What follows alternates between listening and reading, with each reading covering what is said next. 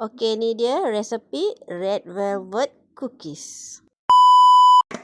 Okey, dalam satu bekas sediakan 250 gram butter ataupun margarin. Pakai butter, pure butter lebih sedap. Okey. Kemudian masukkan 180 gram gula perang. Okey. Resepi sebenar 200 gram tapi saya kurangkan kepada 180 gram. Okey, gaulkan sebati dulu. Kemudian masukkan telur sebiji. Telur grade A atau B. Okey, masukkan sedikit creamy vanilla untuk hilangkan bau hanya telur tadi. 30 gram minyak jagung.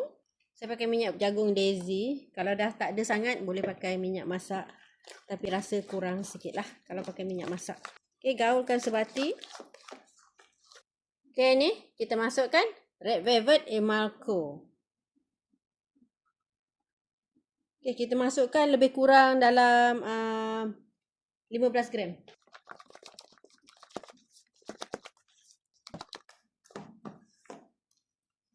Okay, kemudian ni masukkan 300 gram tepung gandum, 60 gram tepung jagung, 1 sudu kecil soda bikarbonat dan setengah sudu kecil baking powder.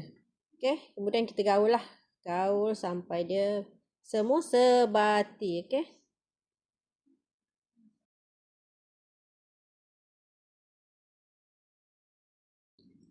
Okey, dah sebati macam ni. Okey, adonan akan jadi macam ni lah. Okey, dah sebati. Kemudian masukkan ni coklat chip. Nak pakai coklat chip sahaja pun boleh. Saya campur. Sebab dia warna, dia red velvet kan. Saya campur lah nak bagi warna adonan tu nampak terselah lah bila kita buat biskut. Okey, saya campur dengan white coklat chip. Oh, sukatan dia saya letak 200 gram. 100 coklat chip, 100 white coklat chip. Kemudian boleh letak ni almond nips. Almond nips ni kita sangai dulu ya. Sama ada masuk dalam oven atau kita goreng lah dalam kuali. Saya jarang. Saya biasa sangai dalam oven je. Okay.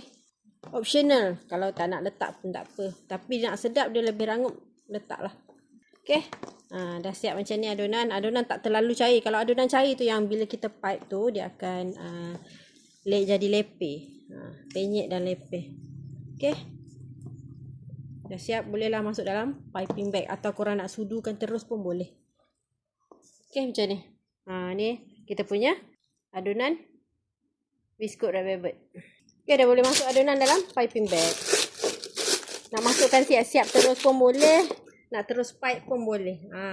Atau korang nak masuk dalam chiller. Nak bagi dia lebih firm pun boleh. Tapi ni adonan saya ni saya rasa dah pekat. So, saya rasa tak perlulah masuk dalam chiller. Nak pipekan pun boleh. Pipekan terus pun boleh. Okay. Okay, ni kita nak pipekan adonan. Potong besar sikit. Kalau kita potong kecil susah. Susah adonan kita nak keluar. Nanti kita sakit tangan. Okay. Saya pakai ni. Baking mat ni. Silicone macaron mat ni. Supaya senang lah. Saya lebih selesa pakai yang ini. Okay. Kalau korang nak direct loyang. Kalau boleh, biar lapik baking paper lah. Kalau tidak, korang akan dapat hasil biskut dia lepeh. Kalau korang nak pakai sudu pun boleh tau. Kalau tak ada silicone mat ni, kalau tak ada piping bag, pakai sudu pun boleh. Sudu kan, satu sudu kecil tu, letak dekat atas tray lah. Okay, dah siap ni. Dah siap piping, kita bolehlah bakar. Make sure oven dah panas kan. Okay, boleh bakar pada suhu 155 darjah Celsius masa selama 23 minit lah. Saya tak pakai convection oven sebab saya dekat rumah. Sekarang ni malam, okay. Kalau siang saya dekat bengkel, saya akan pakai convection oven. Ini satu adonan je. Kalau siang saya akan bakar 3 ke 4 adonan sekali bancuh. Okay. Okay, ni hasil kita punya red velvet cookies lepas keluar daripada oven. Okay, satu adonan ni korang akan dapat lebih kurang 180 pieces. Okay. Tekstur dia lebih kurang macam ni. Okay. Untuk saiz-saiz macam ni lebih kurang 180 pieces lah. Kalau korang pipe besar dapat lebih kurang. Pipe lebih kecil dapat lebih banyak. Okay. Okay, selamat mencuba.